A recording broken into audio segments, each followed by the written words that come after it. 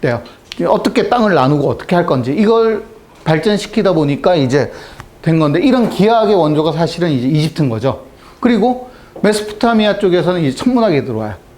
그래서 이제 하늘의 별이 어쩌고 저쩌고, 아까 탈레스가 예언을 했다고 하는데, 사실은 탈레스가 예언한 게 아니라 탈레스는 메소포타미아, 그 당시는 바빌로니아가 되겠죠. 바빌로니아의 이런 천문학적 지식을 그냥 가지고 설명을 해준 것 정도일 거다라고 생각하고 있어요. 그 다음에 이 수학적 원리도 다 이집트에서 개발이 된 건데, 그걸 이제 그리스에 와서 이제 도입을 한 거죠. 자기 것이냐.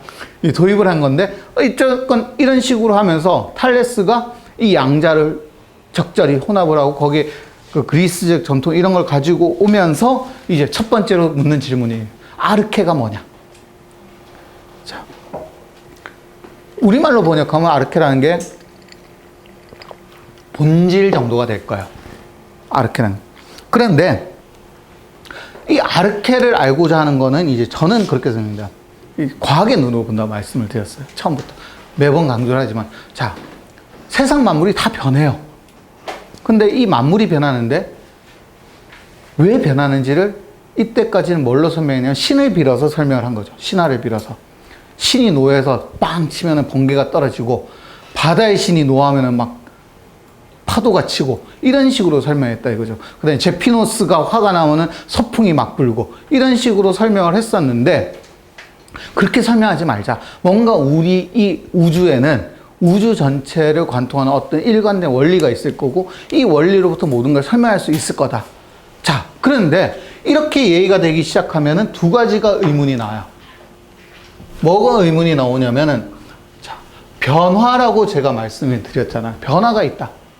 그런데 이 변화가 있으려면은 변화의 첫 번째가 뭐냐면 동인이 있어야 돼요. 무버가 되겠죠. 이제 동인이 필요한데 움직일 동작을 써야겠죠. 동인이 필요하고, 두 번째로는 뭐냐면 이 움직임의 대상. 무엇이 움직이느냐. 대상이 필요한 거예요.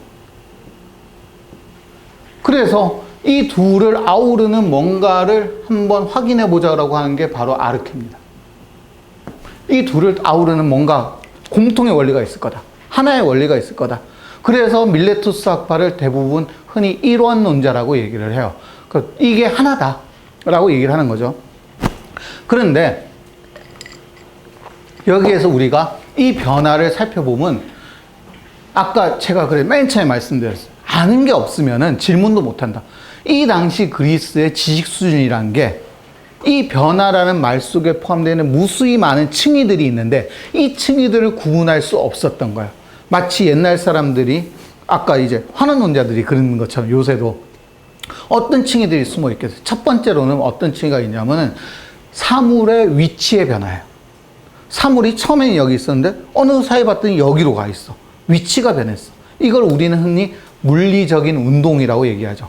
다이나믹스라고 얘기하는데, 이 다이나믹스에 해당되는 변화가 있어요. 위치가 변했어. 그런데 이 위치가 변하는 것도 지금은 어떻게 되냐? 위치가 변했다라고 얘기를 하려면은 어느 만큼 변했나도 있지만은 얼마나 빨리 변했나도 있죠. 천천히 변할 수도 있고 빠르게 움직일 수도 있고. 그런데 이 빠름의 정도가 어떻게 변하냐를 보게 되면 가속도가 또 나와요. 속도가 빠르냐 느리냐만 처음에 생각을 하다가 이게 변화의 정도가 또 어느 정도가 되느냐를 물어보게 되는 거죠. 그럼 이제 가속도라는 개념이 나오거든요. 근데 처음에 이런 것도 생각 못하고 하여간 위치의 변화가 있다. 이게 처음에 시작이었을 거예요. 근데 위치만 변하나요? 사물이? 상태가 변해요. 근데 여기서 상태라는 거는 우리가 흔히 아는 이제 이런 의미의 상태가 아니라 물리학적 용어로의 상태. 즉, 고체 상태, 액체 상태, 기체 상태. 그리고 지금 우리는 이것 말고 플라즈마라는 4가지 상태가 있다는 걸 알고 있어요. 그 다음에 여기서는 이제 사람들이 잘 몰랐던 에너지의 상태도 있죠. 물질의 상변의 상태가. 어쨌건 이런 여러 가지 상태의 변화가 있는데, 이 상태의 변화, 위치의 변화랑은 다른 거잖아요. 층위가. 근데 이런 변화도 있어요. 물리학적인 변화는 이런 게 있고, 세 번째 물리학적인 변화는 뭐가 있냐면 모양과 크기의 변화가 있어요. 큰 얼음덩어리를 쪼개면 조그만 얼음덩어리가 돼. 조그만 얼음덩어리를 쪼개면 가루가 돼. 바위가 깨트려 자갈돌 깨트려 모래알 하는 식으로 변화가 있는 거죠. 즉, 물리적 변화만 해도 무려 3가지가 있는 거죠. 상태의 변화, 위치의 변화, 크기의 변화. 이런 식의 것들이 있는 거고, 그 다음에 여기에 화학적 변화도 있겠죠. 지금으로 치면 화학적 변화라고 우리가 알고 있는 게 있는데, 화학적 변화라고 하면은 이거는 뭐 지금 여기서 다 설명하기는 좀 어렵지만 어쨌거나 분자 상태의 변화 또는 원자 배열의 변화, 뭐 이런 식으로 얘기를 할 수 있을까요? 그 다음에 생물학적인 변화도 있죠. 알이 깨서 새끼가 되고, 또는 알이 깨서 애벌레가 되고, 애벌레가 번데기가 되고, 번데기가 성충이 되는 이런 생물학적인 변화도 있고, 그 다음에 여기 네 번째로 뭐가 있습니까? 살아있던 게 죽고, 또 지금은 그게 안 된다고 생각하지만 죽었던 게 다시 살아나는 것처럼 보이기도 하고, 겨울이 되면 나무들이 죽었다가 봄이 되면 나무들이 다시 살아나는 것처럼 보이고 그렇잖아요. 특히나 나무는 좀 덜하지만 구근 식물 같은 경우에 가을이 돼서 이제 꽃 다 피고 나면 이제 위에는 싹 사라져. 그런데 봄이 되면 다시 땅속부터 또 싹이 또 나오네. 이런 건 죽었던 게 다시 살아난다고 생각을 했던 거죠. 옛날 사람들은 디오니소스적인 이제 것의 원리가 됐던 건데, 어쨌건 이런 살고 죽고의 변화도 있어요. 생사의 변화가 있는 거죠. 그런데 여기까지 제가 설명드리면 이건 전부 다 자연과학적인 변화잖아요. 근데 이런 자연과학적인 변화 말고도 인간 사회의 변화도 있죠. 사랑하고 싫어하고, 사랑했다가 어느 날 갑자기 싫어지고, 미워했다가 좋아하고, 이런 인간 사이의 변화도 있고, 그 다음에 이때까지는 이런 것 중에 일부라고 생각했지만 이것과 다른 기후의 변화. 기후라고 하면 안 됩니다. 기후는 30년간의 평균적인 일기의 변화를 기후라고 하니까 기후의 변화가 대신에 일기의 변화라고 해야 좀 더 정확한 표현입니다. 디테일하죠, 제가. 정말로 과학용어로 기후는 30년간의 평균적인 그 기상 상태를 가지고 하는 게 기후고, 일기는 그날그날의 변화니까 우리가 쓰려면 일기의 변화라고 써야 됩니다. 일기의 변화도 나타나요. 비가 왔다가 구름이 됐다가 그 다음에 번개가 쳤다, 이런 일기의 변화들도 나타나요. 그 다음에 천문의 변화, 즉 1년 동안 달이 차고 기울고 해가 차고 기울고 별이 왔다 갔다 하고 하는 이런 변화들도 있어요. 이런 굉장히 다양한 변화들이 있는데, 이 다양한 변화들 중에 요거 뺀 나머지는 전부 다 과학적인 거잖아요. 하나만 빼고. 그런데 이제 요 부분이 나중에 소크라테스에서 이렇게 확 커지는 거고, 왜냐면 이게 제일 스트레스를 많이 주니까 사람한테. 나머지는 스트레스를 주진 않죠, 사실은. 근데 어쨌든 처음에 아르케가 뭔지를 생각해 보려고 했으니까 이 아르케를 생각해 보는데, 이 아르케가 했던 변화라는 게 이렇게 여러 가지 층위로 나뉘어진 거예요. 근데 지금 우리니까 이렇게 변화가 있다는 걸 알지. 그 당시 사람들이 이게 층위가 이렇게 나뉘어지는구나 몰랐었던 상태다 이거죠. 따라서 이 모두를 대충 하나의 원인으로 얘기할 수밖에 없었어요.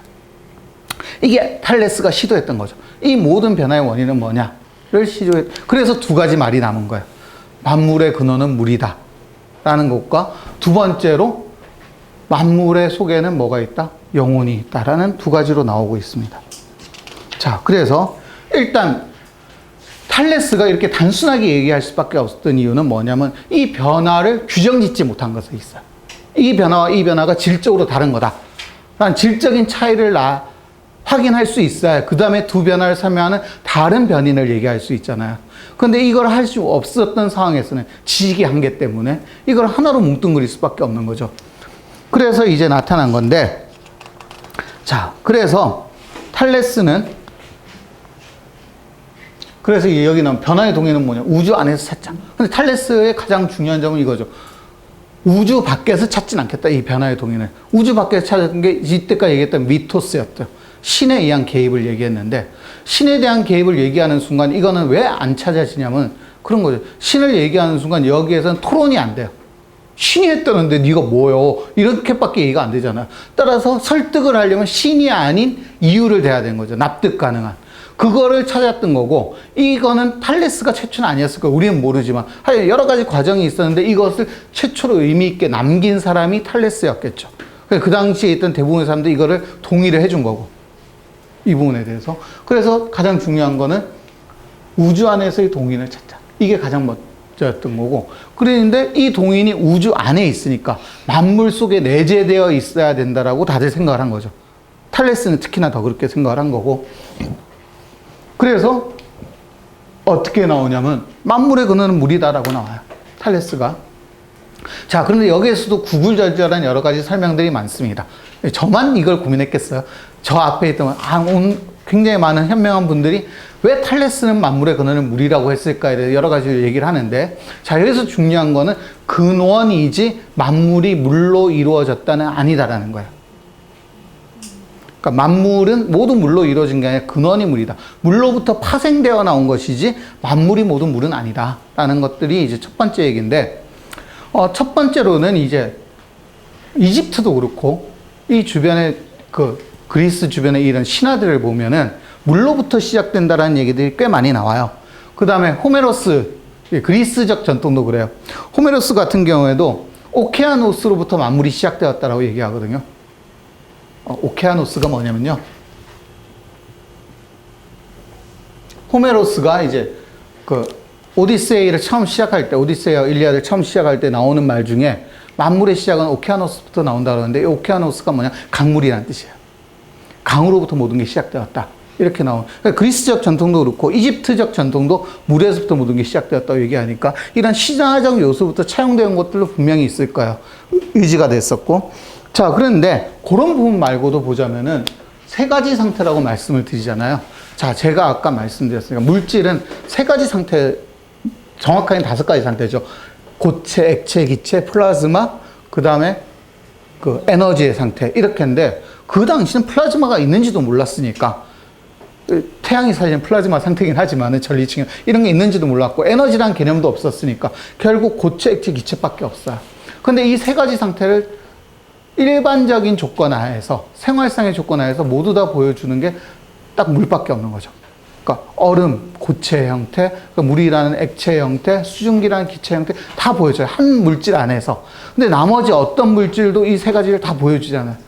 가장 되는 게 용암 정도가 액체였다가 고체가 되고, 그 당시엔 철 재련을 했으니까 용광로에서 이제 철이 재련되어 나오는 과정 보면 액체와 고체가 서로 왔다 갔다 하는구나 정도는 알 수 있었을 거예요. 그 다음에 불 피우다 물 확 뿌리면은 수증기가 확 날아가니까 이런 걸 가지고 기체와 액체가 서로 뭔가 왔다 갔다 한다, 이런 것들도 알 수 있었는데, 가장 일상적으로 이 세 가지 상태를 왔다 갔다 할 수 있는 게 물이니까